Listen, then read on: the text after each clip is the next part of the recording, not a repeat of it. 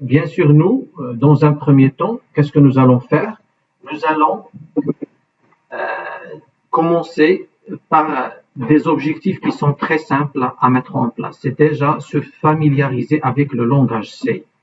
Et nous avons dit chaque application normalement informatique, elle utilise des données derrière. Donc l'objectif de cette séance-là, nous allons nous focaliser sur les concepts nécessaires pour maîtriser l'utilisation des données. Alors, donc, en langage C, ce qu'il faut connaître au début, c'est qu'un programme est un ensemble d'instructions ordonnées. D'accord? Donc, c'est quoi une instruction? Par exemple, pour ce programme-là, c'est un programme, c'est un exemple de programme en C.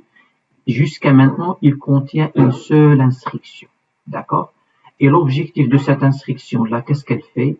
Tout simplement, elle affiche un message à l'écran.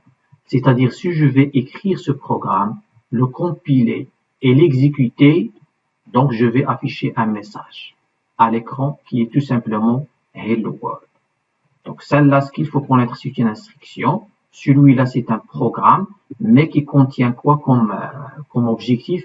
Afficher un message à l'écran qui est Hello World. En général, les développeurs, ils commencent par ce type de... s'ils souhaitent apprendre un nouveau langage de programmation, c'est la première chose à faire, c'est essayer d'afficher un message à l'écran. Donc, si j'affiche un message à l'écran, c'est déjà pas mal. Alors, par la suite, bien sûr, pour écrire une instruction, parce que l'objectif, j'ai écrit ici une instruction. D'accord? Donc, pour écrire une instruction, il faut respecter des règles. D'accord? Donc, quelles sont les règles à respecter? Par la suite, nous allons voir quelles sont les règles à respecter pour écrire une instruction. Et chaque instruction, bien sûr, a un rôle. Soit affichage, soit déclaration de données, soit affectation, soit saisie, soit calcul, soit un ensemble de choses. D'accord? Donc, chaque instruction, elle peut avoir un rôle élémentaire. Et pendant l'exécution, chaque programme utilise des données. D'accord? Donc ça, bien sûr, chaque application gère des données. Il n'y a aucune application, soit sur Internet, ou bien de l'eau mobile, ou bien dans tous les ordinateurs. Chaque application, elle est fondée autour des données. Un programme, bien sûr, il doit se construire brique par brique, c'est-à-dire, si j'ai un objectif qui est très grand, il faut le décomposer. Comme on le sait déjà, il faut diviser pour régner. Donc, décomposer un problème en plusieurs sous-problèmes va certainement nous aider à maîtriser les différents composants de notre application principale. Et par la suite, il faut apprendre à prévoir le résultat de programme. Donc ça, on va l'avoir. Donc, bien sûr, pour pouvoir écrire des programmes, d'accord? Donc, on peut, ici à notre niveau, on peut utiliser deux choses, soit Dev C++ ou bien CodeBlock comme éditeur, comme IDE de programme en C. D'accord? Donc, nous, soit vous allez utiliser Dev C++, donc c'est gratuitement téléchargeable, ou bien CodeBlocks pour créer, bien sûr, des programmes en C. Nous allons, dans un premier temps, on va vous montrer les deux. Donc, je vais vous montrer les deux, soit avec Dev C++ ou bien CodeBlocks. Alors, bien sûr, pour ce faire-là, bien sûr, j'ai déjà ici Dev C++, j'ai déjà installé. Donc, vous pouvez bien sûr, le télécharger. Bien sûr,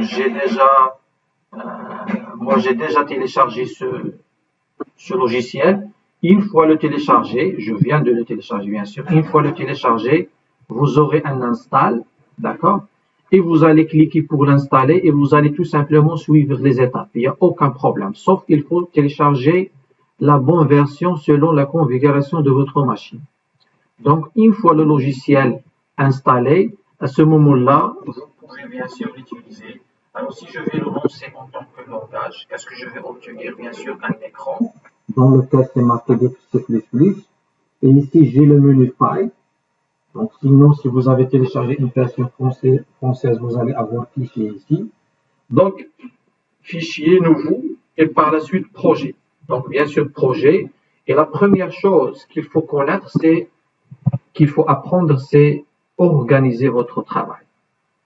Donc, je vais juste vérifier, est-ce que vous êtes toujours avec moi? Donc, c'est bien, vous m'entendez bien? Très bien. Parce que là, on va commencer à voir comment créer des programmes, donc il faut bien suivre. Alors, la première des choses, j'ai dit il faut lancer DevC++, et ensuite faire File, New, c'est pas fichier source, c'est projet, d'accord? Parce que je vais créer un projet. Et un projet, il est composé d'un ensemble de fichiers. Donc, je dois créer un projet et non un fichier. Donc, projet. Et par la suite, vous avez le choix entre plusieurs types de projets. Nous allons utiliser des applications console. D'accord? Donc, vous allez choisir console application. Et par la suite, il faut donner un nom significatif à votre projet. Moi, je vais donner comme nom, par exemple, Project Course 1. D'accord? Et bien sûr, ici, vous avez, est-ce que c'est C? C'est un projet C ou bien en C++. Dans un premier temps, nous allons tout simplement utiliser un projet C. Même si vous allez utiliser C++, ça va marcher. Donc, C++, il inclut déjà les différentes instructions de C. Alors, je vais créer un projet C, console application, le nom significatif, et je vais mettre un OK. D'accord? Bien sûr, ici, pour organiser, il faut bien sûr aller dans votre machine et créer un nouveau dossier qui doit être significatif. D'accord? Donc, bien sûr, ici, moi, je vais bien sûr entrer dans ces deux points, et par la suite, je vais mettre un dossier que je peux l'appeler projet, d'accord, projet de C, d'accord. Tout simplement, je peux mettre ça, d'accord, et je vais le mettre dans ce dossier. Ce sont des techniques pour organiser le travail, parce qu'une fois souhaité réviser ce que nous allons faire par la suite, il faut que tout est inclus dans un dossier, et chaque projet il a un nom significatif pour facilement le retrouver. Donc, une fois cliqué sur OK ou bien créer, je vais avoir déjà un premier fichier, d'accord, qui s'appelle main.c. Si vous allez visiter ici la sélection de votre projet, elle contient, il vous a créé automatiquement un fichier qui s'appelle main. Donc, main.c, je dois aussi l'enregistrer, d'accord. Donc, je vais l'enregistrer toujours dans le même.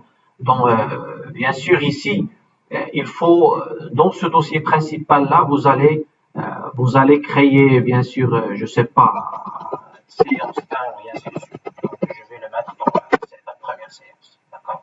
Donc, voilà. Et je vais enregistrer le main ici. Alors, maintenant, bien sûr, j'ai déjà une structure. D'accord? J'ai déjà une structure de code source. Donc, déjà, il fait ces deux instructions, d'accord, qui sont include stdoh et include stdlib.h. Donc, ce sont ici, nous allons voir par la suite qu'il s'agit des bibliothèques. Et ces bibliothèques-là, chaque bibliothèque, bien sûr, chaque bibliothèque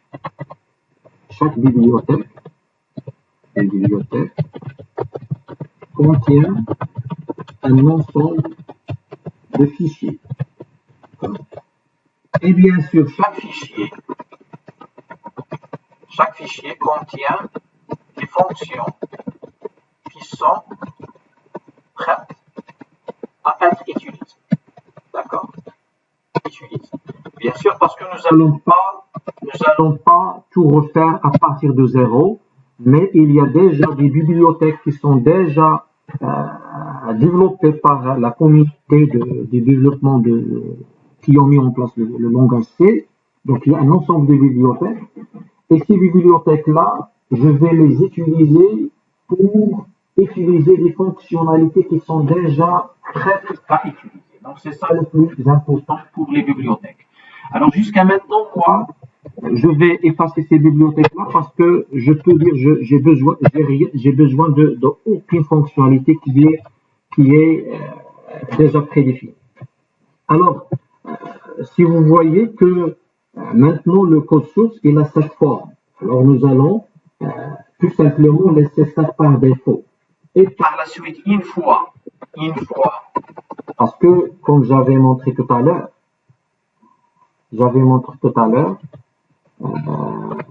les fonctions, on va les mettre en dernier lieu. Et bien sûr, le main, c'est une fonction. Donc, c'est une fonction principale. Donc, chaque programme doit avoir une fonction main, c'est-à-dire la fonction principale qui assure l'exécution. Donc, la fonction main, qu'est-ce qu'elle fait? Elle assure l'exécution de mon application, ou bien de mon programme. Donc, sans main, je suis incapable d'exécuter mon programme. C'est-à-dire, si vous allez changer le nom de cette fonction à M, c'est-à-dire elle a maintenant un nom M, je ne peux pas exécuter mon programme. D'accord? Et si je veux bien sûr la rendre sous forme de main, mon programme maintenant, il est exécuté. Alors, comment exécuter un programme? En se basant sur Dev C++. Bien sûr, ici, chaque programme, il faut le compiler et ensuite l'exécuter. C'est-à-dire ici compile et par la suite run. D'accord? Donc run, c'est pour exécuter et compile pour compiler. Sinon, je peux tout simplement compiler et après exécuter. Sinon, ce bouton-là, il fait les deux à la fois. Jusqu'à maintenant, j'ai créé un nouveau projet et j'ai rien fait. J'ai rien ajouté en tant qu'informaticien, sauf j'avais modifié mon programme de manière à supprimer les bibliothèques qui étaient ici. D'accord? J'ai supprimé les bibliothèques. Alors maintenant, si je vais exécuter mon programme, c'est-à-dire le compiler et l'exécuter, qu'est-ce qu'il va faire? Voilà, vous voyez qu'il s'exécute correctement. Mais qu'est-ce qu'il a fait? Il n'a rien fait. Donc, je vais revisiter mon dossier, d'accord, dans lequel j'ai, voilà, j'ai mis ça, d'accord. J'ai mis une première séance, donc séance 1. Vous voyez que ce fichier-là, c'est le fichier source. Et ce fichier-là qui est main.o, normalement, il a été créé pendant la compilation. Donc, si je vais recompiler, vous allez retrouver que j'ai créé un fichier qui s'appelle main.o. Et ce main.o, normalement, il contient bien sûr des instructions, mais en langage machine. C'est ça la phase de ce qu'on appelle la compilation. Donc, une fois compilé correctement, je vais avoir un autre fichier qui porte cette extension-là. Ça, en ce qui concerne, bien sûr, Dev C++. Alors, tout simplement, notre objectif, c'était quoi? C'était de mettre en place une application capable d'afficher un message à l'écran. C'est ce que je vais faire exactement. Je vais revenir ici et écrire une instruction qui va assurer cet objectif. C'est-à-dire, l'objectif, c'est afficher un message à l'écran. Alors, comment le faire? Si je dois afficher ça, sinon si je vais écrire n'importe quoi ici, il ne va pas l'accepter. Parce que pour écrire un programme en informatique, il faut respecter des règles. D'accord? Donc, pour ça, afficher un message dans la ligne 8, elle n'est pas connue par le compilateur. Donc, il va signaler comme quoi il y a une erreur à cette place-là. D'accord? Alors, à votre avis, pourquoi j'avais écrit ici du texte, il n'a pas tenu en compte, ou bien il n'a pas signalé une erreur ici. Par contre, il a signalé une erreur à la ligne 9. Tout simplement, on sait qu'il y a une option de ce qu'on appelle des commentaires. Alors, c'est quoi un commentaire? Un commentaire, il doit être entouré par anti/étoile et bien sûr, et étoile anti/. Donc, c'est-à-dire emboîté. Donc, maintenant, puisque j'ai mis ce message-là en commentaire,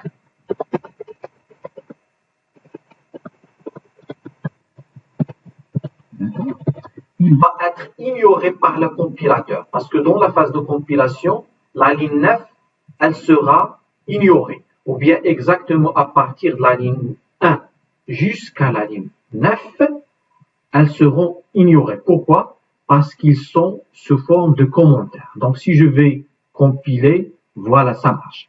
Alors notre objectif maintenant, c'est comment afficher un message à l'écran. On a dit, nous sommes en train de faire quoi? Essayez de suivre parce que c'est la première chose que nous allons essayer de mettre.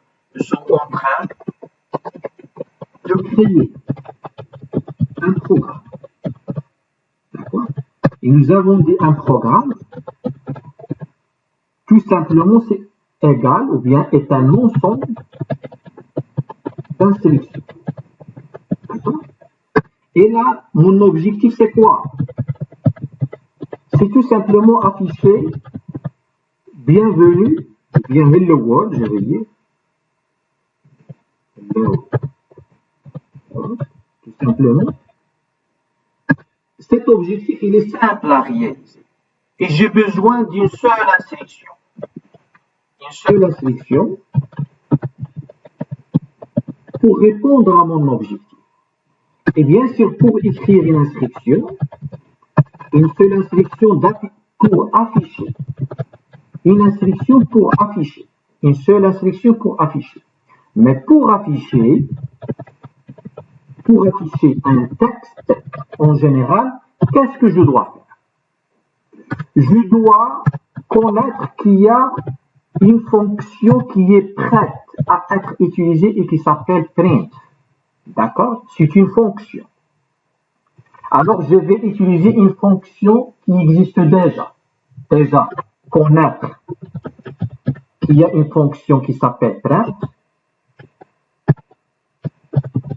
D'accord? Et de savoir l'utiliser.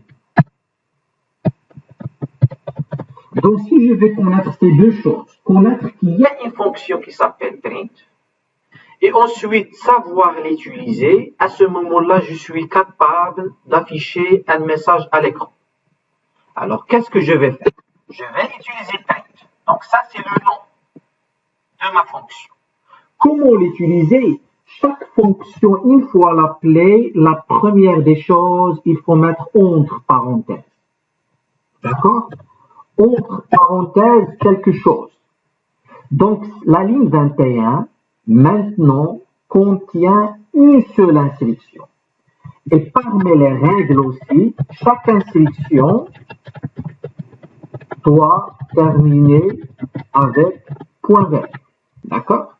Alors ça, il faut respecter cette règle. La fonction, le nom, plus les parenthèses, plus terminer avec point virgule, donc je suis dans le bon chemin. Donc, aussi, maintenant, cette fonction, qu'est-ce que je vais afficher? Je vais afficher un message. Donc, print quoi? Print un message. Ce message, c'est un texte. D'accord? Et un texte, ou bien en jargon de l'informatique, on dit, ou bien de développement, on dit une chaîne de caractères. Donc, une chaîne de caractères, pour l'écrire, elle doit être entourée entre double quotes. D'accord? Commencer la chaîne par double quote et terminer obligatoirement par double quote. C'est-à-dire, je vais mettre ici double quote, et voilà, automatiquement, lui, dès que c'est plus, il m'a ajouté l'autre double quote. Donc, maintenant, qu'est-ce que je vais imprimer? Je vais imprimer un message. D'accord? Donc, n'importe quelle chose qui est ici au sein de la fonction print, elle sera affichée à l'écran.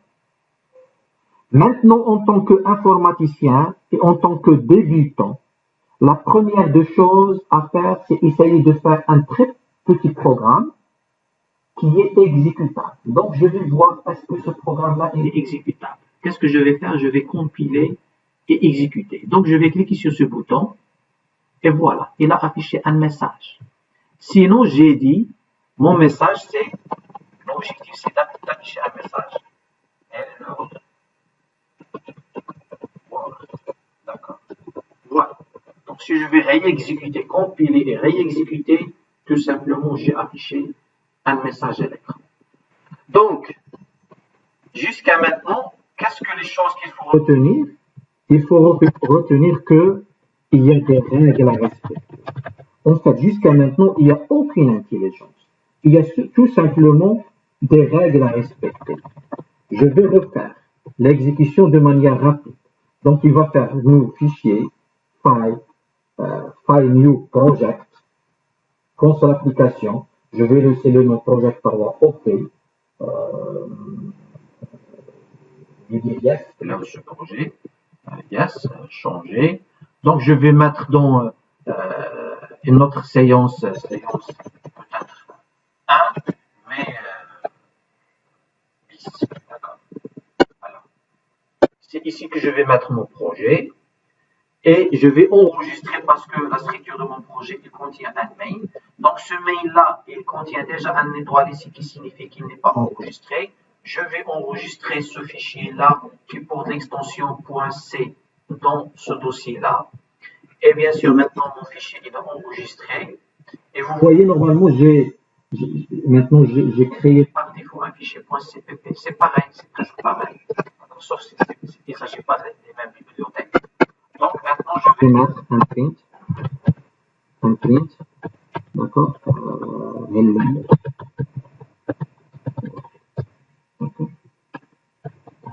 si je vais réexécuter, voilà mon print hello world. Et voilà, normalement, ici, il a dit comme quoi il y a une erreur. J'arrive pas à l'exécuter. D'accord? Pourquoi, à votre avis? Parce que j'ai pas bien respecté la règle. La première règle à respecter, c'est que chaque sélection doit se terminer par point vert. Donc, voilà. Print. Alors, puisque c'est un programme .cpp, normalement, il faut faire un email std.h. D'accord? std.h. Parce que je suis en train d'utiliser une chose qui est prédéfinie, qui s'appelle print. Et ce print-là, puisque c'est un programme CPP, n'est pas connu automatiquement. Je dois donc faire appel à std.h. Donc, vous voyez que comment mettre en place un premier programme. Alors, je reviens vers vous, juste pour poser la question. Est-ce que c'est bien déjà? Est-ce que vous êtes capable d'installer DevC++ et créer un premier programme et afficher à l'écran bonjour? Oui?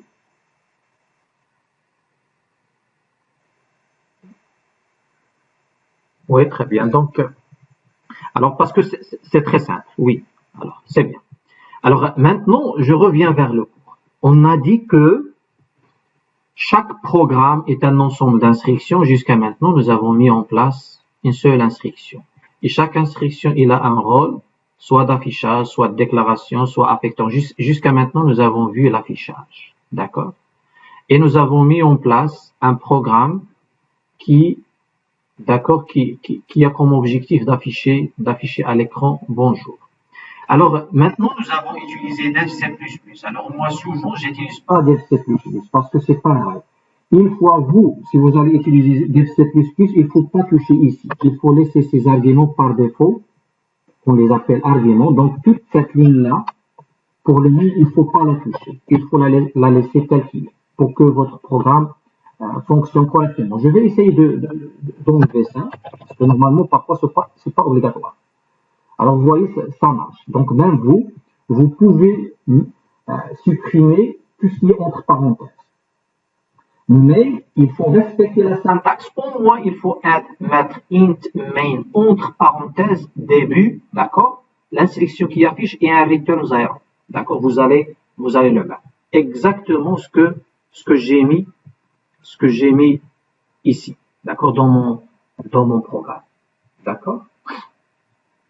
Alors, nous avons dit on a compilé et exécuté et nous avons vu à l'écran un message qui s'affiche. Maintenant, je vais utiliser BlockNote, ou bien CodeBlocks. Il y a des gens, peut-être, qui vont préférer d'utiliser CodeBlocks, et moi, j'utilise souvent parce que c'est plus puissant que DevC++. Alors, pour m'aider pour des fonctionnalités un peu avancées. Alors, la même chose, si vous avez CodeBlocks, vous allez mettre File, New, et toujours Project, et vous allez choisir console application, c'est presque la même logique. Et vous allez mettre Go, et vous allez bien sûr choisir C en tant que langage et vous allez mettre un next et moi j'ai créé pour vous un dossier qui s'appelle course 2021 qui contient l'ensemble des projets à mettre en place. Donc je vais tout simplement mettre ça au nom projet séance 1 qui est inclus dans ce dossier-là. Donc next et par la suite finish et vous allez voir que c'est pratiquement la même logique. D'accord? Alors, sauf ici, il met pas par défaut les arguments, il met des inclus ici que je peux les supprimer. D'accord?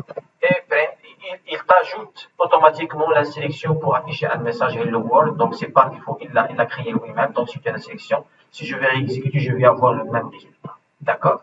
Alors, ça, c'est, jusqu'à maintenant, qu'est-ce que j'ai fait? J'ai montré comment créer un projet avec des C++ et comment créer un projet avec CodeBlocks. Maintenant, qu'est-ce que nous allons faire? Au lieu de faire une seule instruction, nous allons faire deux instructions. D'accord? C'est-à-dire créer le programme suivant et interpréter le résultat obtenu après la fin de l'exécution. Donc, qu'est-ce qu'il va faire? J'ai dit que si on va mettre ici, tout simplement, mon programme, c'était de faire ceci. D'accord? Donc, là, Hello World, donc qu'est-ce qu'il va faire? Ici, mon programme, il contient deux instructions. Et nous avons dit un programme, je vais mettre un commentaire de la même manière. Donc, un programme, oui, un ensemble d'instructions. D'accord? Jusqu'à maintenant, dans ce programme-là, j'ai deux instructions. Deux instructions qui affichent des messages. Donc, pendant l'exécution, bien sûr, je vais commencer par exécuter la ligne 7. Je vais afficher un hello et je passe à la ligne 8 pour exécuter ou bien pour afficher un message qui est Word. Donc, si je vais exécuter, vous voyez qu'il a affiché Hello World. Il ne faut pas penser à ce que si vous avez affiché deux messages et vous avez retourné à la ligne, automatiquement, il revient à la ligne. D'accord? Si vous avez constaté que les deux messages, ils sont collés.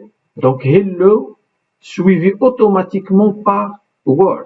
Donc, si je souhaite retourner à la ligne, ou bien faire un petit espace, il faut le mettre soit ici dans la fin de hello, ou bien le mettre ici. D'accord? Pour cet espace-là. À ce moment-là, je peux faire un hello espace Word. Sinon, si je souhaite retourner à la ligne, alors le retourne à la ligne, pour retourner à la ligne, il y a un caractère spécial. Et une fois parlé de caractère spécial, il faut penser à mettre un anti-slash. Anti-slash quoi? Pour dire que je vais retourner à la ligne anti-slash 1. Donc, retourner anti-slash 1, c'est un caractère spécial qui dit que je veux retourner à la ligne. Donc, je vais écrire hello, puis retourner à la ligne, puis écrire Word. Donc, ce que je vais mettre. Exactement. Donc, hello Word. Sinon, je peux aussi mettre, j'affiche hello, et avant d'afficher Word, je reviens à la ligne. D'accord? Bien sûr, le anti-slash n, il est considéré en tant qu'un seul caractère qui a comme objectif de retourner à la ligne. Donc, si je vais réexécuter, je vais avoir certainement le même résultat. Alors, qu'est-ce que j'ai jusqu'à maintenant? J'ai un programme contenant deux instructions et qui va commencer pendant l'exécution. Il va commencer par la première instruction, il affiche hello. Et par la suite, il se déplace vers la deuxième instruction et affiche Word. Parce qu'ici, il y a un retour à la ligne. Voilà. Donc ça, il y a un programme qui affiche deux messages à l'écran. D'accord? Et par la suite, il se termine par return 0. Alors, ce return 0, c'est-à-dire la fonction main, si elle exécute l'exécution, c'est une instruction, parce que return 0, c'est une instruction qui, elle aussi, doit terminer par point virgule. Une fois exécuter ça, qu'est-ce que je vais avoir comme résultat? Alors,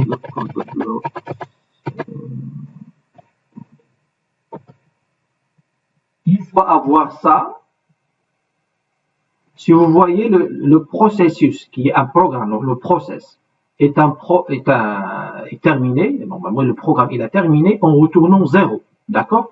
Et il a pris le temps 0,019 secondes. Donc si je vais mettre à la place ici return 1, ça va marcher. Mais qu'est-ce qu'il va mettre à la place de return 0? Il a retourné 1, d'accord? Et ensuite, si je vais retourner rien, donc ça peut marcher, mais de préférence, il faut retourner un entier, d'accord? Donc par défaut, ici, il a retourné 6, d'accord? Il a retourné une valeur aléatoire. Mais de préférence, il faut faire un return 0. Pourquoi? Parce que pour dire que une fois retourné 0, je vais comprendre que l'exécution de mon programme, l'exécution est terminée. Et surtout avec succès. D'accord? L'exécution est terminée avec succès. Alors, maintenant, qu'est-ce que nous allons voir? C'est un petit exercice, donc nous allons essayer de le mettre ensemble. Créer un programme qui réalise le scénario suivant. Afficher premier pas, et ensuite afficher en programmation avec C. Donc, je vais créer un programme, d'accord? Je vais créer un programme qui affiche, d'accord? Qui affiche premier pas. Donc, supposons que j'ai créé un projet et automatiquement, il me donne ce fichier source. Et ce qui est demandé, c'est afficher, j'avais dit que ça c'est un commentaire, afficher un message, afficher mes premiers pas en programmation avec C. D'accord? Et normalement, ces deux messages séparés. D'accord? Ça, c'est la première ligne, ça, c'est la deuxième. Donc, qu'est-ce que je vais faire? Pour afficher, print. Il faut l'écrire correctement. Print, tu souhaites afficher un texte, il faut utiliser double quote pour ouvrir et double quote pour fermer. Et bien sûr, il faut utiliser la parenthèse ouvrante et la parenthèse fermante. Attention de faire ceci parce que ça ne va pas marcher. D'accord? Donc, on dit que les caractères doivent être emboîtés. D'accord? Les parenthèses et les simples quotes doivent être emboîtés. C'est-à-dire, je dois commencer par une parenthèse et terminer par une parenthèse. D'accord? Commencer par double quote et terminer par double quote. Je ne dois pas trouver avant ça une parenthèse. Sinon, elle peut être considérée comme une chaîne de caractères. Voilà, donc chaque instruction se termine par une virgule. Donc mes premiers pas. Ça c'est le premier message. Et ici en programmation, c'est le deuxième programmation. Avec C. C'est le deuxième message. Bien sûr, si je vais afficher ces deux messages, il va les afficher dans la même ligne parce que je n'ai pas utilisé un retour à la ligne. Donc, mes premiers pas en programmation avec C. Sinon, si je souhaite retourner à la ligne, je peux mettre un autre message. Voilà. Ça, c'est le premier exercice à faire. D'accord? Donc, afficher deux messages. J'ai deux instructions pour le faire. Alors permettez-moi, s'il vous plaît, juste pour voir à quelle heure exactement. Normalement, l'heure de la pause, c'est à quelle heure? C'est pas ça.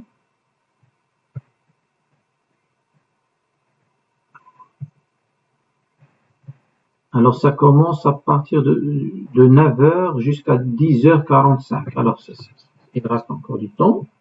Alors, maintenant, qu'est-ce que nous allons faire? Est-ce que vous avez compris déjà? C'est bien ce que nous avons en train de faire. Donc, le plus important, c'est qu'on a créé une application qui contient un fichier main.c et le fichier main.c contient un programme. Ce programme doit commencer avec le main D'accord? Là, c'est la fonction principale.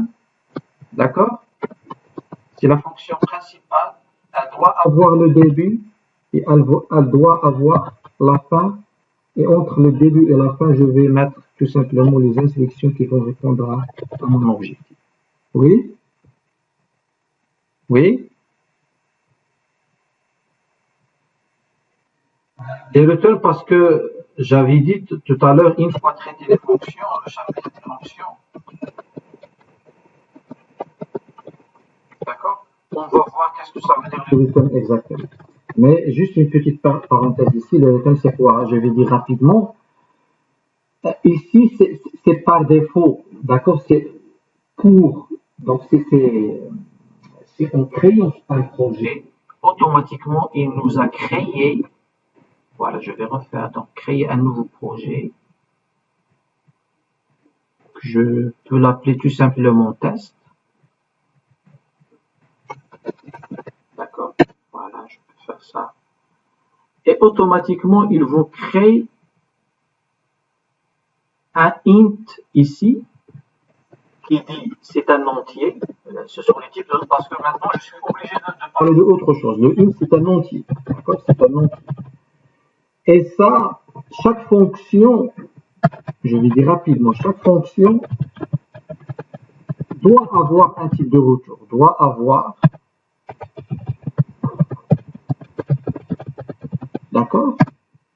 Sinon, je peux mettre un void, d'accord? Sinon, si je vais retourner aucune chose, je vais mettre un void. Et ça dépend, ce void-là, ça dépend des versions que vous êtes en train d'utiliser. Moi, je vais changer pour dire que je vais retourner aucune chose. Donc, je vais mettre un void. Alors, à ce moment-là, je peux éliminer l'instruction qui est return. Tout simplement, maintenant, je vais voir est-ce que ça marche. Si ça marche, c'est bien.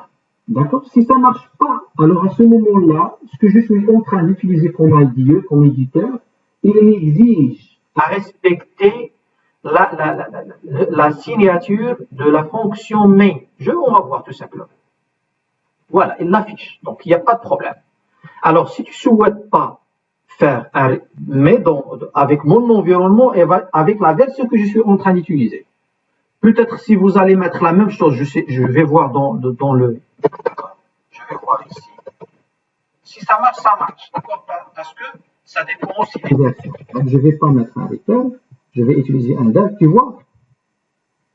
Donc, il ne l'a pas accepté. Alors, c'est la raison pour laquelle je n'ai pas voulu entrer dans ce détail maintenant.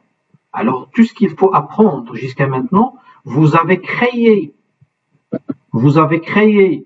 un projet, d'accord? Vous allez laisser tout par défaut. Le int, c'est un type de retour, donc vous allez mettre un return 0 ici. Mais maintenant, si vous allez utiliser le code blocks, alors à ce moment-là, vous pouvez éliminer ça et vous n'allez pas faire un return et ça marche. Par contre, si vous allez utiliser des C++, il faut laisser ça pour éviter des surprises. D'accord? Alors, maintenant, on sait comment afficher. J'étais en train de dire, on sait comment afficher, on sait comment créer une fonction principale qui s'appelle main, qui a un début, qui a une fin, qui a un ensemble d'instructions. Chaque instruction doit se terminer par un point virgule et on a su comment afficher un message à l'écran.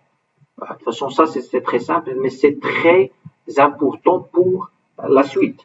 Alors, pour vérifier vos connaissances, alors maintenant, ça c'était la solution du premier programme. Maintenant, il y a un autre programme. Essayez s'il vous plaît, de corriger ce code source. Est-ce que ce code source il est correct? Sinon, il faut préciser les erreurs qu'il y a. En commençant par la première ligne. Oui.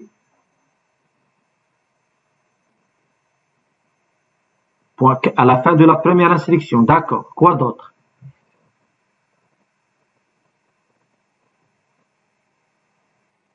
On n'a pas fermé la collade. Très bien. Donc, il y a le début. Je dois avoir la fin. Est-ce qu'il y a autre chose? On n'a pas fermé les doubles côtes. Très bien, ça c'est une autre erreur. Quoi d'autre? Donc point virgule, double côte, fermeture, oui. Le M en majuscule, ça marche pas. Très bien. Encore, il reste une erreur. Quoi? Quoi?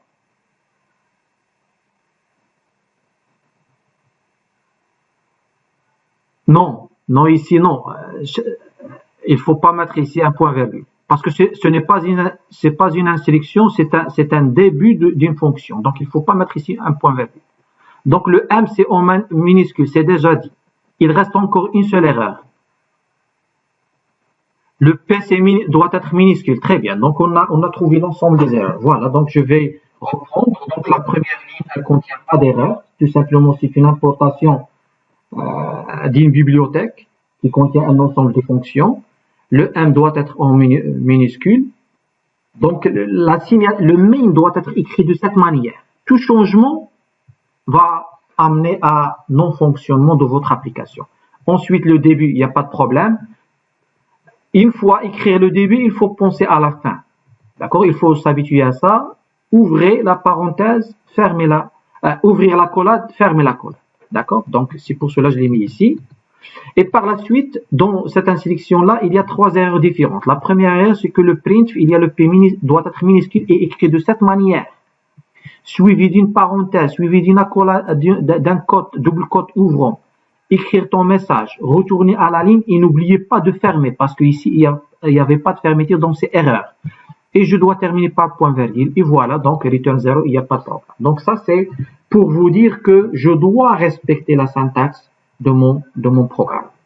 Très bien. Donc maintenant, je pense que nous sommes... Oui.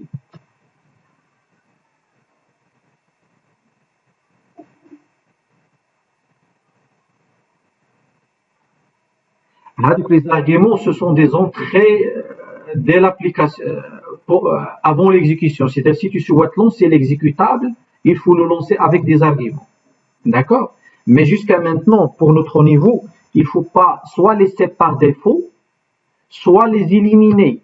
Et il faut faire attention. Peut-être dans vos versions, ça risque de ne pas marcher. C'est pour cela, je vous conseille, une fois créé le projet, j'ai bien dit un projet, créer un projet et non un fichier, créer un projet basé sur C, application console, et par la suite laisser tout le main, tout ce qu'il a donné, il faut le laisser par défaut. Sinon, vous risquez de ne pas avoir un code qui est correct et prêt à être exécuté.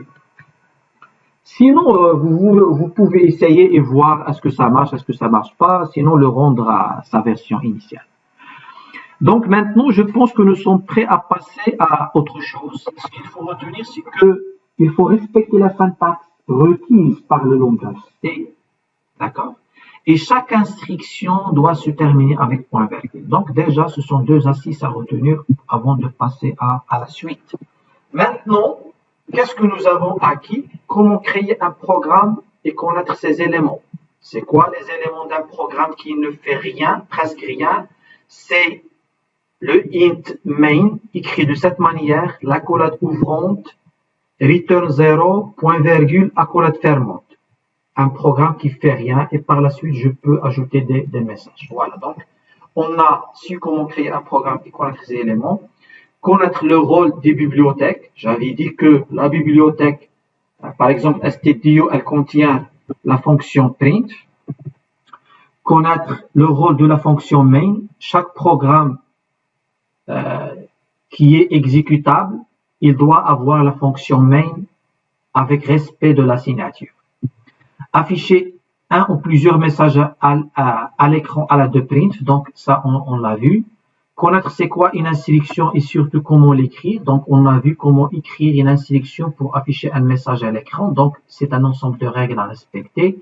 Prévoir et interpréter le résultat du programme. Donc, pour le cas ici, si je vous demande c'est quoi le résultat de ce programme, vous allez tout simplement dire il va afficher un message, éviter les erreurs à l'écran.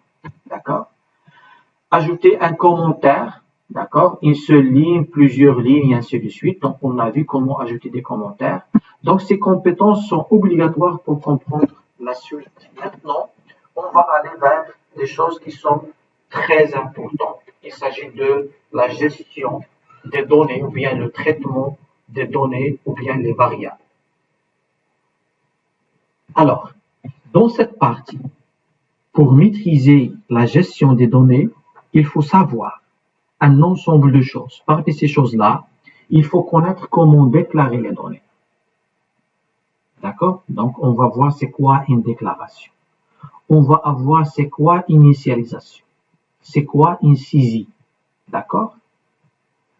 Par la suite, on peut même lire les données à partir d'un disque dur, c'est-à-dire des fichiers. Ça, ce sont des concepts avancés. S'il reste du temps, bien sûr, je vais vous faire des démonstrations concernant ça, c'est-à-dire lire des données à partir d'un disque dur pour un traitement particulier. Ensuite, bien sûr, je déclare, j'initialise, je saisis et je fais des calculs en utilisant des données se trouvant dans la mémoire. Parce qu'une fois dire données, toutes les données que je suis en train de manipuler au sein de mon programme, ils vont se trouver dans la mémoire, c'est-à-dire pendant l'exécution. Et bien sûr, finalement, je peux soit afficher les données dans l'écran, et nous avons vu comment afficher à l'aide de l'instruction, bien sûr, print, et cette fois-ci, on ne va pas afficher des textes, mais on va afficher les données que j'ai déjà saisies, ou bien que j'ai déjà initialisées, ou bien que j'ai déjà calculées. D'accord? Et bien sûr, je peux même écrire les données sur des fichiers, c'est-à-dire faire des calculs et ainsi de suite, et écrire dans des fichiers qui peuvent se trouver sur le disque. Donc, ces 4 choses vont donner lieu à 3 parties principales dans chaque programme informatique. Il y a ce qu'on appelle les inputs, c'est-à-dire les entrées. Les inputs de quoi? Les inputs de données. Je peux soit saisir ces données à partir du clavier, qui sont saisies par un utilisateur, ou bien ils sont lus à partir d'un disque dur. Ça, c'est la partie input. Une fois chargé les données dans la mémoire, alors à ce moment-là, je suis capable de les traiter. Autrement dit, je suis capable d'effectuer du calcul. Donc, qui va faire le calcul? Bien sûr, c'est le microprocesseur. Le microprocesseur, donc, il consulte la mémoire pour faire des opérations, la multiplication, la soustraction, un ensemble de la comparaison et ainsi de suite. Donc, une fois traité les données, je peux faire un output. Donc, output, c'est soit afficher à l'écran ou bien écrire dans un disque. Donc, finalement, chaque application informatique, n'importe quelle application, soit sur votre application mobile, ou bien sur le web, ou bien sur une machine, ou bien n'importe quelle application, il y a 3 phases importantes qui sont les inputs, le traitement et les outputs. Donc, si je maîtrise ce processus-là, certainement, je vais créer une application de qualité. Donc, nous allons voir comment faire ce genre de choses. Alors, bien sûr, pour connaître ça, déjà, pour une donnée, ce qu'il faut savoir, c'est que chaque donnée a les propriétés suivantes. C'est-à-dire, elle a un type, elle a un nom, elle a une adresse, une taille, une valeur. Ce sont des propriétés de chaque donnée.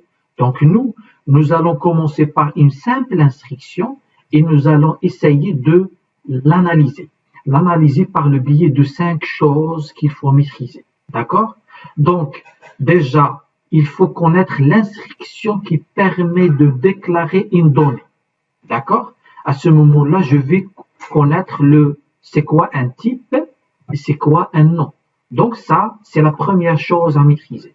La deuxième chose, les instructions pour afficher le détail d'une donnée. J'affiche son adresse, j'affiche sa taille et connaître leur signification. Par la suite, on va connaître la signification, c'est quoi une adresse, c'est quoi une taille, et ainsi de suite. L'instruction pour changer la valeur d'une variable, c'est l'affectation. L'instruction pour changer la valeur d'une variable à l'aide de saisie, à l'aide de scanf. L'instruction pour afficher la valeur d'une variable. Donc, ici, si on maîtrise ça, donc nous avons maîtrisé le process de input, traitement, output. D'accord? Alors, maintenant, nous allons commencer avec la première. Donc, quelle est l'instruction qui permet de déclarer une donnée ou bien une variable en se basant sur ces 2 concepts? Donc, tout simplement, ce qu'il faut connaître aussi, c'est que j'ai plusieurs types. Je n'ai pas un seul type, on sait. J'ai le type caractère.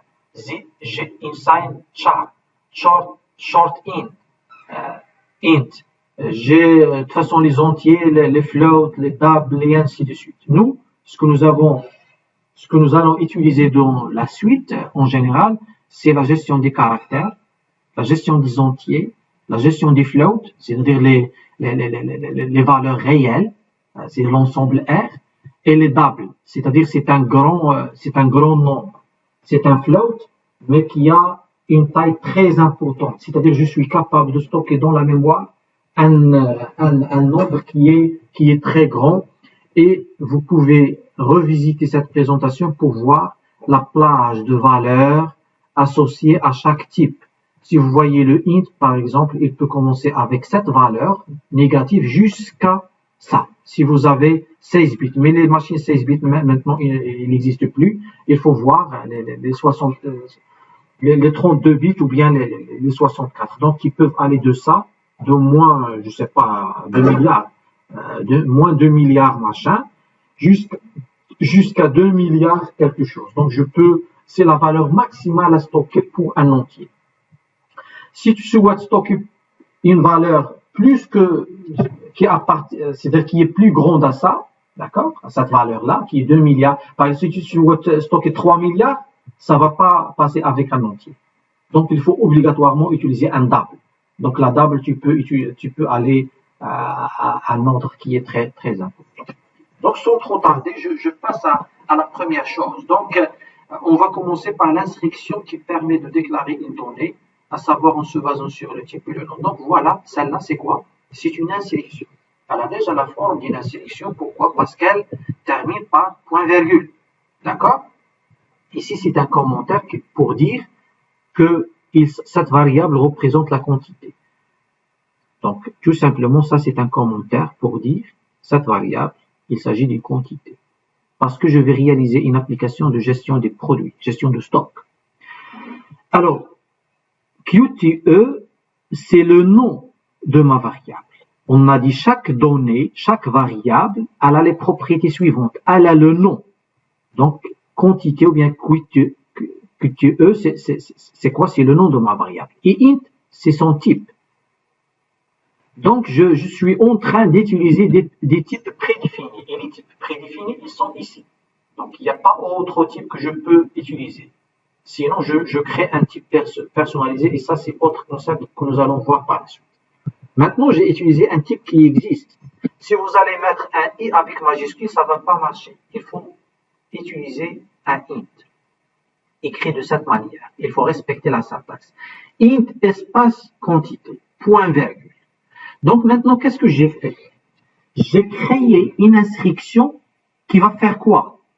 Est-ce qu'elle va afficher quelque chose à l'écran? Bien sûr, si je vais exécuter mon programme, on va faire le test. D'accord? Si je vais, bien sûr, maintenant, on a dit, on va traiter les données. D'accord? Traiter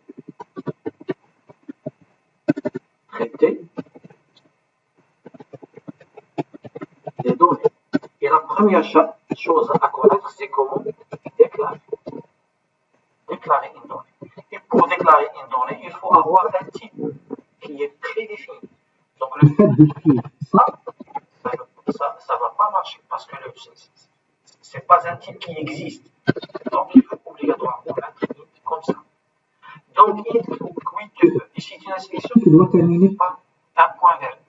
Donc le nom de ma variable, il s'appelle QTE et le type, il est un int. Si je vais exécuter, est-ce que mon programme il est exécutable? Oui, c'est exécutable. Pourquoi? Parce qu'il contient une instruction qui est bien écrite, d'accord? Et c'est quoi son rôle? Je vais l'exécuter et j'ai rien affiché parce que tout simplement ici, il a terminé l'exécution. Mais qu'est-ce que j'ai rien affiché, d'accord? Si je souhaite afficher quelque chose avant ou bien après, je peux mettre print, bien sûr fin, je peux mettre fin et je reviens à la ligne. Et je peux mettre ici un message, print, début. Et je reviens aussi à la ligne, d'accord? Alors, c'est quoi? Donc, print. Donc, tout simplement, je vais mettre début, fin. Mais lui, qu'est-ce qu'il a exécuté? Combien d'insélections il a exécuté? Normalement, il a exécuté 3 insélections. Cette insélection, elle écrit un message à l'écran. Il l'a écrit à l'écran. Mais cette inscription, qu'est-ce qu'elle a fait? Cette inscription, normalement, puisque c'est une déclaration, elle a une relation avec la mémoire. Il a écrit dans la mémoire. Dans la mémoire. Je n'ai pas écrit en réalité, mais j'ai réservé. J'ai déclaré, je vais dire réservé. Donc ici, qu'est-ce qu'il a fait? Il a affiché début et il est allé vers la mémoire. Aller vers la mémoire, la RAM, d'accord, pour chercher un espace libre. D'accord? Qu'est-ce qu'il va faire avec cet espace libre? Il va le réserver. Le réserver pourquoi? Pour stocker. D'accord? Parce que la mémoire, elle stocke des données. Pour stocker quoi? Pour stocker un nombre. Donc, l'interprétation que je peux donner à cette inscription qui se trouve dans la ligne 8, je vais réserver l'espace mémoire suffisant pour stocker un entier. D'accord? Mais est-ce que j'ai stocké des entiers? Jusqu'à maintenant, je n'ai rien stocké. Sauf, j'ai l'espace nécessaire pour les faire. Et vers la fin, j'ai affiché. Donc, je vais exécuter ce programme-là, qui donne toujours le même résultat. Est-ce que c'est bien? Est-ce que vous avez des questions?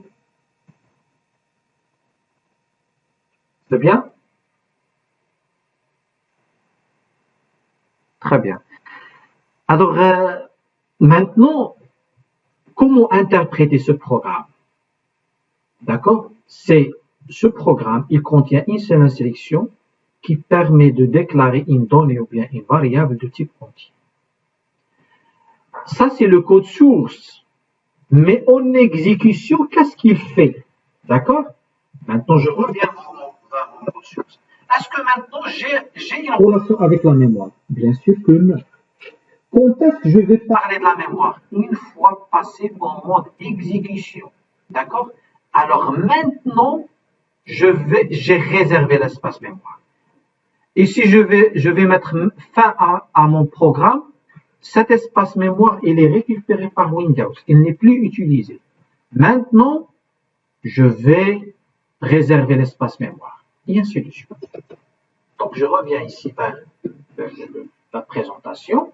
Donc, en exécution, c'est réserver l'espace mémoire pour stocker un entier. C'est exactement ce qu'elle fait, cette instruction. C'est quoi un espace mémoire? Chaque espace dans la mémoire, c'est une adresse de début et c'est une taille. Bien sûr, j'ai besoin de combien d'octets pour stocker un entier?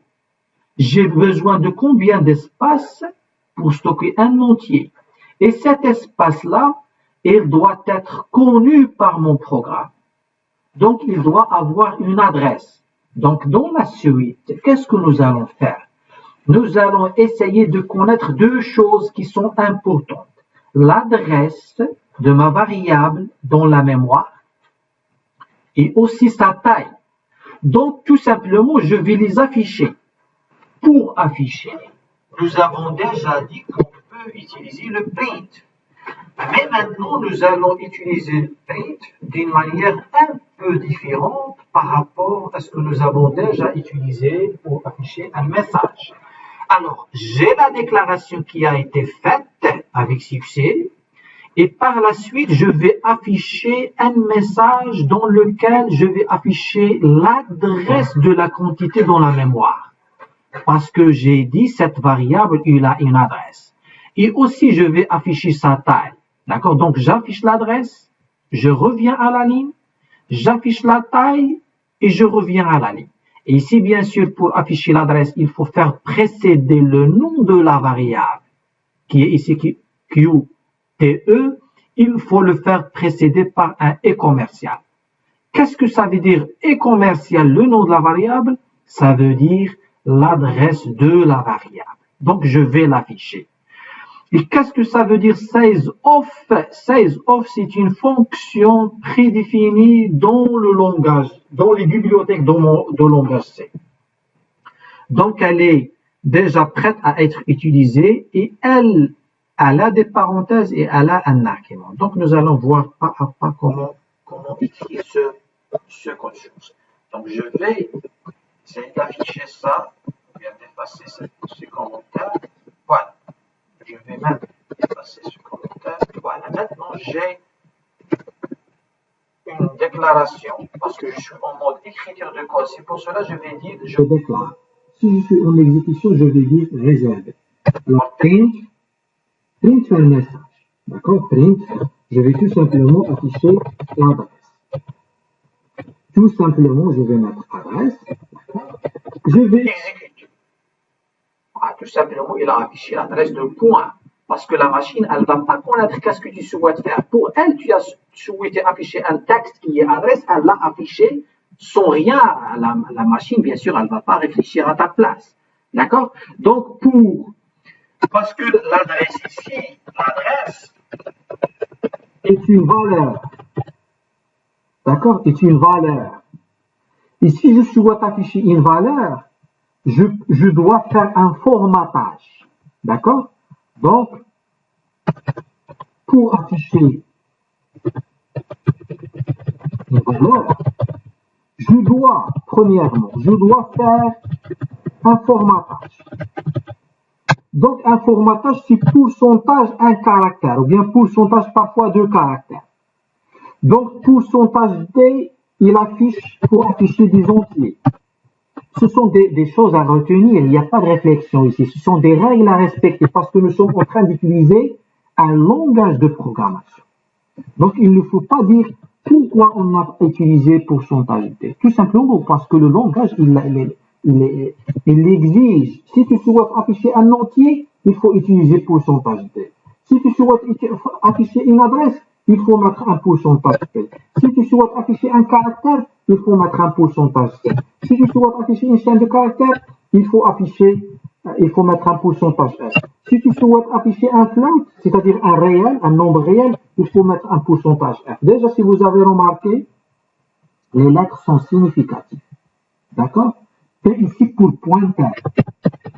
Et normalement, nous allons voir par la suite c'est quoi les pointeurs. Les pointeurs, ce sont des adresses, si vous voulez dire. D'accord? Ou bien des variables qui sont capables de contenir des adresses. Sans entrer dans le détail, de toute manière, pour afficher une adresse, je dois utiliser un pourcentage P. Je vais bien sûr mettre adresse de point. Si je vais exécuter, je vais mettre adresse de point et afficher ici la valeur de l'adresse récupérée par le programme. D'accord? Alors, qu'est-ce que je vais mettre ici? Je vais mettre un pourcentage. D'accord? Je souhaite afficher quoi? Une adresse? Pourcentage.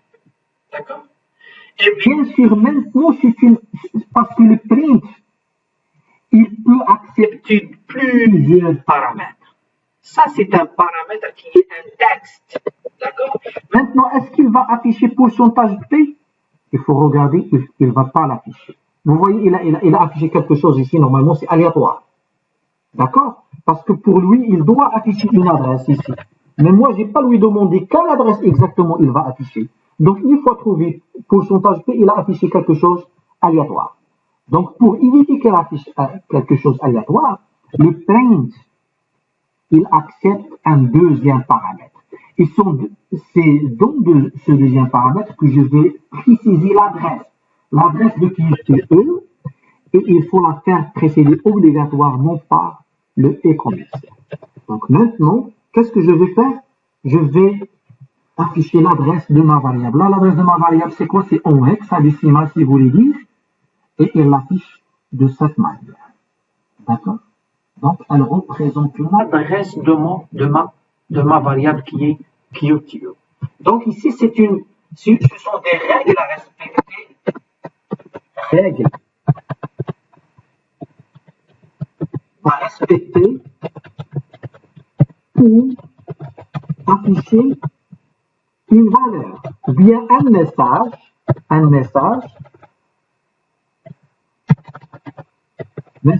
accompagné par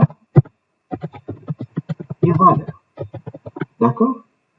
Donc, le message accompagné par une valeur qui est entrée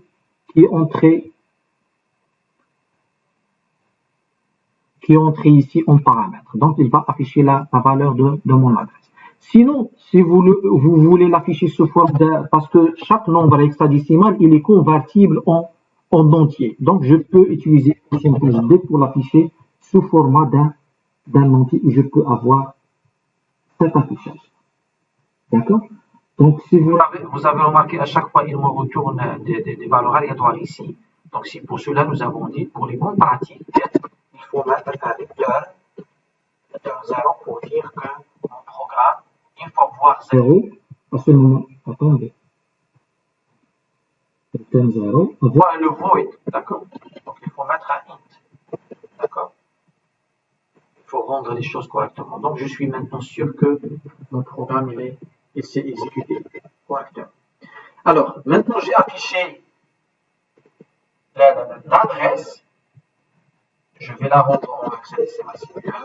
Et par la suite, s'il vous plaît, les choses importantes, c'est pas comme en Python. Pour les gens qui sont déjà habitués avec Python, l'indentation. Oui, voilà, l'indentation. C'est pas obligatoire que je respecte l'indentation. L'indentation, c'est-à-dire que je dois aligner. Non, ici, je peux mettre un deuxième print. Ici, c'est pas obligatoire. Donc, je peux mettre une deuxième instruction qui est totalement alignée à gauche. Donc, je peux tout simplement mettre un print ici, la taille. La taille, quel est à votre avis le type de données que je dois mettre en place pour afficher la taille? La taille, c'est quoi? C'est un caractère, c'est une chaîne de caractères, c'est quoi exactement? C'est un entier, d'accord? C'est une valeur entière. Donc, c'est pour cela je vais mettre tout simplement, je vais mettre ici un pourcentage D. Et voilà le deuxième paramètre, point virgule. D'accord? Non, virgule tout simplement, c'est pas point virgule, virgule. Et par la suite, faire quoi? Faire appel à une fonction qui existe déjà, qui s'appelle sizeOf. C'est une fonction qui est déjà dans les bibliothèques de C, qui sont importées par défaut. Sinon, si vous allez utiliser une fonction, je ne sais pas, qui s'appelle X, et qui appartient à une bibliothèque bien particulière, donc avant d'utiliser, il faut importer cette bibliothèque-là par le biais de include et dans l'entête. Dans mon ressource. Donc ici, il faut faire les include. Ici, si vous avez remarqué, normalement, j'ai un ensemble de bibliothèques, vous voyez, j'ai plusieurs d'accord, j'ai plusieurs fichiers, d'accord, .h.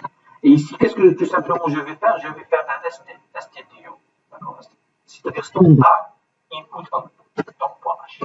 Donc ça, c'est même si vous n'importez pas, ça dépend des versions, je dis, mais de préférence, il faut l'importer.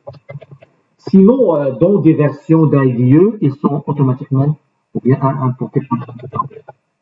Donc, sizeOf quoi? SizeOf Qt. D'accord? Donc, je vais afficher sa taille. Donc, vous voyez, donc ici, qu'est-ce que je vais mettre? Donc, vous voyez que ici, il a affiché dans la même ligne. Moi, je souhaite retourner à la ligne. D'accord? Je reviens à la ligne et j'affiche la taille. Voilà. Donc, j'ai l'adresse et j'ai la taille. La taille est de 4. Et 4, normalement, c'est 4 octets. Si je reviens vers le cours ici, normalement, nous avons déjà pour les types, pour un entier, pour les machines 64 bits ou bien 32, on a la taille, c'est 4 octets. Maintenant, qu'est-ce que je peux faire? Je peux stocker des valeurs. Je peux stocker des valeurs allant de cette valeur-là jusqu'à le max. Ou bien de cette valeur jusqu'à le max. D'accord? Même des valeurs négatives. Alors, je reviens vers le code source. Alors maintenant, qu'est-ce que ça veut dire ça exactement? Qu'est-ce que ça veut dire la mémoire exactement? Alors, une fois exécuté mon programme, qu'est-ce qu'il va faire? Parce que ce qu'il faut déjà connaître, donc voilà, ici juste un notice plus complément. Donc, pour afficher une valeur d'une variable, il faut connaître son type et utiliser le formatage adéquat. Donc ici, j'ai utilisé pourcentage P, d'accord, pour afficher une adresse, pourcentage D pour afficher une valeur entière. Donc ça, c'est très important. Alors, qu'est-ce que ça veut dire? Par la suite, il va afficher l'adresse, bien sûr, la taille. Alors maintenant, qu'est-ce que ça veut dire tout ça? Alors, supposons que pendant l'exécution de mon application, la mémoire, elle peut avoir cet état. C'est-à-dire, déjà, votre mémoire, elle n'est pas vide, la RAM.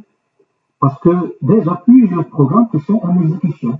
Et ces programmes-là, bien sûr, chaque application, elle gère des variables. Chaque variable, bien sûr, pour le stocker, il a besoin d'un espace mémoire. Donc, tout ce qui est en orange ici, ce sont des espaces qui sont réservés par autre application. Donc, notre application à nous, elle va réserver l'espace qui est en jaune et qui a ce débit-là en rouge. Ça, c'est juste une simulation. Donc, bien sûr, la mémoire, elle a un accès aléatoire. Donc, ça ne veut pas dire que je vais commencer par réserver les octets qui se trouvent au début, parce que la mémoire, elle a un ensemble d'octets et chaque octet, il a une adresse. Donc, ce qu'il faut souligner, c'est chaque octet, il a sa propre adresse. Par exemple, ici, pour notre variable qui s'appelle intQTE, on a réservé dans la mémoire combien d'octets? 4 octets. 1, 2, 3. Donc, pour zoomer sur ça, ça va donner lieu à ça. Donc, cette zone mémoire, chaque octet, il a une adresse. Et nous, si on connaît l'adresse du premier octet, c'est bon, on connaît l'adresse de notre variable.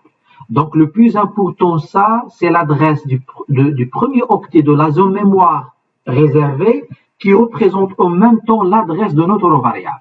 Et pourquoi c'est pas la peine de connaître les autres adresses? Parce que l'espace alloué doit être contigu, c'est-à-dire je dois allouer 4 octets de suite contigus, l'un près de l'autre. Et puisque j'ai 4 comme taille, donc je vais réserver 4 octets. Donc finalement, j'ai cette zone mémoire qui est allouée, qui est 4 octets et qui a exactement 32 bits, 32 0 et 1 pour stocker un entier. Donc jusqu'à maintenant, qu'est-ce qu'on a vu?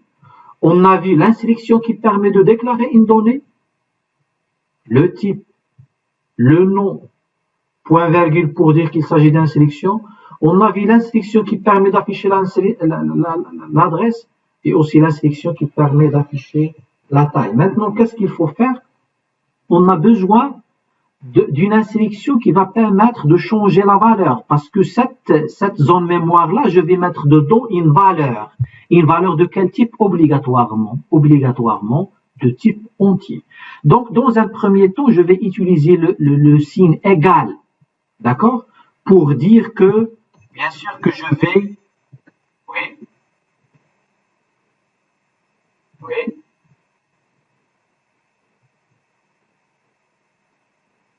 non, il y a pas, pour afficher une adresse, il n'y a pas de différence, sauf que pourcentage P, il l'affiche sous un format hexadécimal, et le pourcentage D, il va faire une conversion. Mais en général, les adresses doivent être traitées en hexadécimal, qui ont une signification proche de ce qu'on utilise dans la mémoire.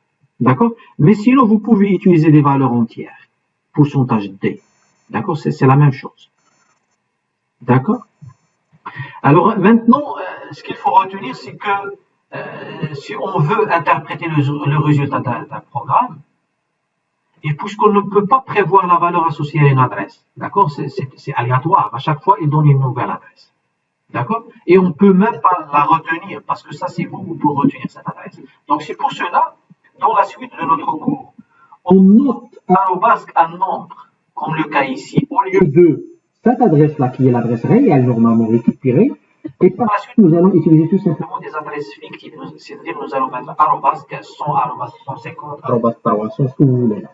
C'est finalement arrobas qu'un nombre, pour désigner l'adresse d'un octet, parce que par la suite, on aura besoin de ça pour faire des simulations, d'accord, de réservation de mémoire. Alors, pour désigner l'adresse d'un octet de la mémoire. Par exemple, dans l'exemple précédent, on peut mettre arrobas 300 comme valeur d'adresse de début de la zone mémoire de la variable quantité. Donc ça, c'est une petite parenthèse pour dire par la suite, nous allons utiliser ça, donc arrobas 300 ou bien arrobas 500 au lieu de ces adresses. Alors maintenant, l'instruction, parce que nous sommes maintenant dans l'étape 3 sur 5, donc on connaît déjà deux choses et maintenant on est dans la troisième. Donc la troisième exactement, c'est l'instruction pour changer la valeur d'une, parce que j'ai besoin d'écrire dans la mémoire, j'ai réservé l'espace, c'est bien, mais il faut écrire ici dans la zone. Je vais écrire quoi? Je vais écrire des valeurs entières, je vais mettre dedans des valeurs entières sous format binaire, parce que ça va être converti. En réalité, je vais trouver des 0 et de 1, mais pour simplifier, nous allons mettre directement les entiers ici. Alors, c'est quoi l'instruction? L'instruction, c'était tout simplement mettre quit E égale 5. Mais ce signe-là égal, normalement, c'est pas l'égalité. D'accord? C'est pas, là, en fait, il faut pas faire une confusion avec les mathématiques. Ici, en programmation, d'accord? Le signe égal, c'est pas une égalité, mais c'est une affectation. D'accord? Donc, comment interpréter cette ligne-là? C'est très important. Parce que tout est autour de égal.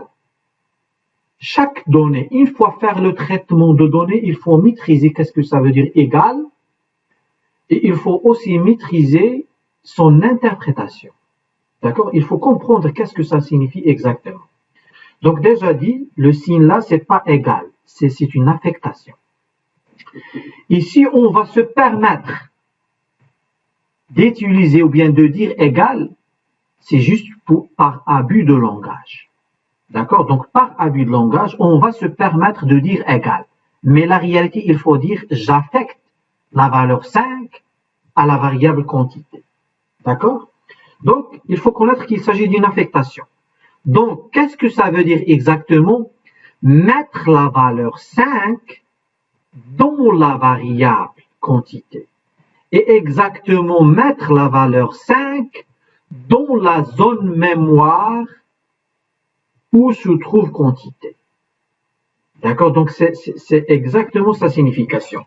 Donc, le compilateur, qu'est-ce qu'il va faire? Il va commencer par réserver l'espace mémoire. Il va réserver l'espace mémoire de la quantité. Par la suite, qu'est-ce qu'il va faire? Il va afficher son adresse. Il va afficher la taille. Et par la suite, qu'est-ce qu'il va faire maintenant? Il va mettre la valeur 5 dans cette zone-là. D'accord? Donc, il va mettre 5 dans la zone. Donc, c'est exactement le processus d'exécution de mon application. Alors, si vous comprenez maintenant ce que nous sommes en train de faire, pas à pas, comment déclarer, comment afficher, comment affecter, ça c'est un très bon début pour assurer une meilleure continuation vers des choses qui sont encore intéressantes. D'accord? Donc, alors, on va faire tout simplement ce bout de code-là. Qu'est-ce que nous allons mettre? Alors, je vais effacer cette partie-là pour clean mon code source. Donc, j'affiche seulement le commentaire. Alors, qu'est-ce que je vais mettre? C'est déjà... Attendez juste pour voir. Voilà, il reste encore du temps. Alors, on a déclaré une variable, on a affiché son adresse, on a affiché sa taille. Maintenant, qu'est-ce que je vais faire? Je vais faire une affectation. Pour faire une affectation, il faut mettre égal et mettre 5. D'accord? Donc ici, si je vais exécuter, bien sûr, le programme, il a affiché l'adresse, il a affiché la taille, et il a mis dans la mémoire, dans ma machine, il a mis la valeur 5 dans l'adresse ça. D'accord? Dans cette adresse. Mais moi, j'ai pas affiché la valeur de ma variable. Pour afficher, parce que c'est parmi les objectifs aussi, pour afficher, d'accord? Donc, on va utiliser cette, je vais commencer par le 5e objectif, d'accord? Pour afficher la valeur. Donc, pour afficher, qu'est-ce que, tout simplement, on a dit print d'afficher. Donc, toujours, il faut mettre double quote. Je ne souhaite afficher aucun message. Tout simplement, afficher directement la valeur. D'accord? Pour afficher une valeur, il faut utiliser deux paramètres. D'accord? Maintenant, je vais utiliser tout simplement QTE, déterminé par point virgule. Donc, il faut faire la différence. Ici, j'ai souhaité afficher l'adresse, donc j'ai utilisé adresse, le E commercial, QTE. Ici, je souhaite afficher la valeur qui est dans cette adresse. Donc, je ne vais pas utiliser le E commercial, je vais utiliser directement le nom de la variable. Mais, il s'agit d'une valeur entière. Donc, il faut obligatoirement faire un formatage. Donc, ici, j'ai deux choses dans Print. Le premier bloc qui est entre double cote, point virgule, et le deuxième bloc qui contient la valeur. Donc ici, qu'est-ce que je vais tout simplement faire? Un pourcentage D. Maintenant, j'ai utilisé le formatage d'un entier parce que ma quantité c'est un entier, donc je vais l'afficher correctement. Et ce qu'il faut remarquer ici, je ne vais pas retourner à la ligne. D'accord? Ni ici, après l'affichage de la quantité, de la taille, ni après, ni avant d'afficher la quantité. Donc, qu'est-ce que je vais? Vous allez voir un certain 45. Parce que la taille de la quantité, c'est 4. Il va l'afficher. Et si on revenir à la ligne, ils sont aucun espace. Il n'y a pas d'espace. Je vais directement afficher son espace et son retour à la ligne, je vais afficher la valeur de quantité. Donc, je vais afficher 45. Donc, le résultat obtenu, si l'adresse revient à la ligne, la taille 4 et la quantité 40. On va la lire 45. Mais c'est fou, c'est pas 45 parce que j'ai mal affiché. Donc, pour le print, il faut savoir utiliser. Donc, de préférence ici, mettre un retour à la ligne. Donc, comme ça, c'est mieux. Mais un programme qui ne parle pas. Ici, adresse, c'est bien, je sais qu'est-ce que ça veut dire. Taille, c'est bien, je sais qu'est-ce que ça veut dire. Mais pour la quantité, pour 5, je ne sais pas qu'est-ce que ça veut dire. C'est pour cela qu'il faut avoir l'habitude d'écrire des programmes qui parlent. Donc, je vais mettre quantité. D'accord? Alors, quantité, si vous allez mettre des accents, d'accord, ils sont maltraités par l'exécution, donc vous voyez, d'accord. Sinon, je vais mettre quantité de points, mais normalement, il affiche pas correctement ça. Donc, c'est pour cela, pour les accents, il faut utiliser un formatage, d'accord, un pourcentage D et afficher son code ASCII. D'accord, son code ASCII, je pense 130, si je ne me trompe pas. Donc,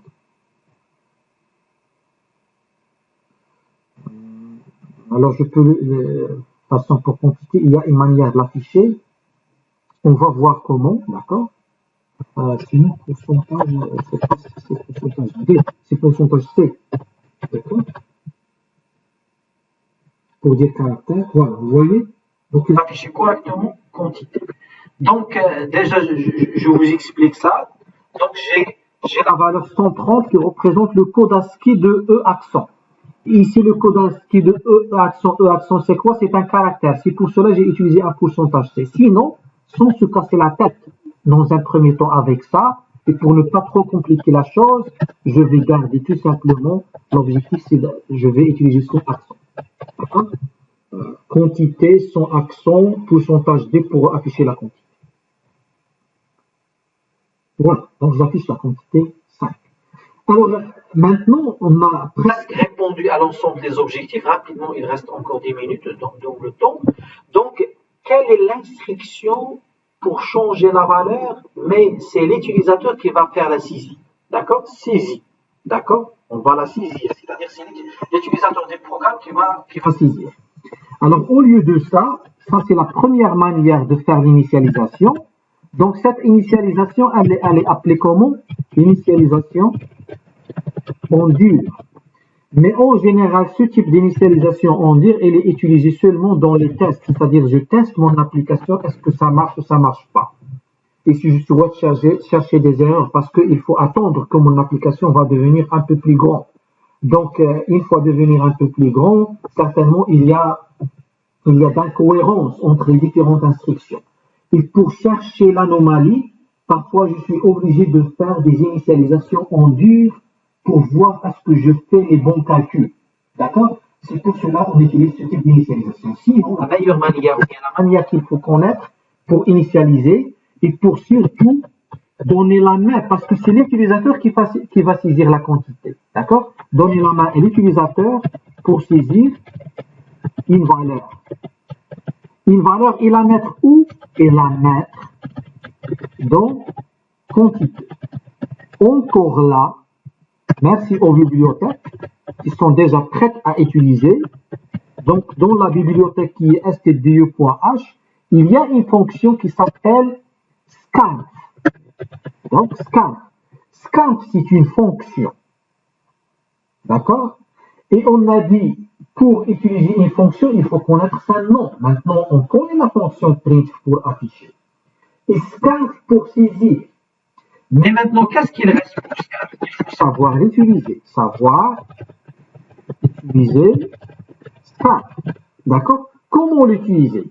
Déjà, il s'agit d'une fonction, donc obligatoirement, il faut mettre des parenthèses. Et il s'agit d'une instruction, il faut terminer par point zéro. Donc ça, c'est la première chose, pour ne pas, pour éviter les erreurs. La deuxième chose, c'est qu'il faut mettre double quote ferme, ouvrant, double quote fermant. Et entre ces double quotes-là, il faut mettre un formatage. Un formatage pour dire, je vais par exemple ici saisir un entier. Pourcentage D, pour signaler au programme que l'utilisateur, il va saisir à l'aide du clavier un entier. Et cet entier, il va le mettre où? Il va le mettre dans quantité. Mais je dois passer l'adresse, parce que quantité ici, c'est la valeur de quantité. Jusqu'à maintenant, elle ne contient rien. Je dois passer l'adresse. C'est-à-dire, je vais stocker dans cette adresse-là, je vais stocker une valeur, d'accord, qui est saisie par l'utilisateur. Dans l'adresse 300, je vais stocker la valeur qui est saisie par l'utilisateur. D'accord? Donc, qu'est-ce qu'il va faire mon programme? Donc, mon programme, une fois rencontré scanf, il va m'attendre. D'accord? Je peux afficher un message ici, print fin. Donc, à votre avis, si je vais exécuter maintenant, est-ce qu'il va afficher fin? Non, il ne va pas afficher fin. Il va attendre dans la ligne 12. Donc, il est en attente ici. Il l'attend jusqu'à quand? Jusqu'à intervention de user, l'utilisateur de votre programme, en tapant au clavier un entier. Il est libre, il peut taper n'importe quel entier. D'accord? Mais une valeur entière que je peux la stocker avec cet espace-là. Alors, je vais exécuter, bien sûr, il ne va pas afficher fin, donc je vais exécuter. Vous voyez, il n'a pas affiché 1. Il est en train de faire quoi? Il est en train de m'attendre à saisir un entier. D'accord? Donc, je vais le saisir 5 et il va sortir. D'accord? Parce que de toute façon, j'ai tapé 2 fois, donc je vais mettre un 5, vous voyez. D'accord, il a affiché. Parce que j'ai tapé 2 fois entrée, c'est pour cela qu'il a quitté rapidement. Donc j'affiche 5, voilà. Oui, la pause, j'imagine, juste ça et c'est bon. Alors, donc il a affiché la fin, mais ça c'est mauvais pour le lire, c'est pour cela il faut peut-être juste l'améliorer. On va donner plus de temps après la pause. D'accord, donc tout simplement il faut rendre votre programme. Il doit parler avec l'utilisateur. C'est-à-dire, je vais mettre ici, saisir quantité pour comprendre comme quoi pour que l'utilisateur comprend qu'il doit saisir une quantité. Et maintenant,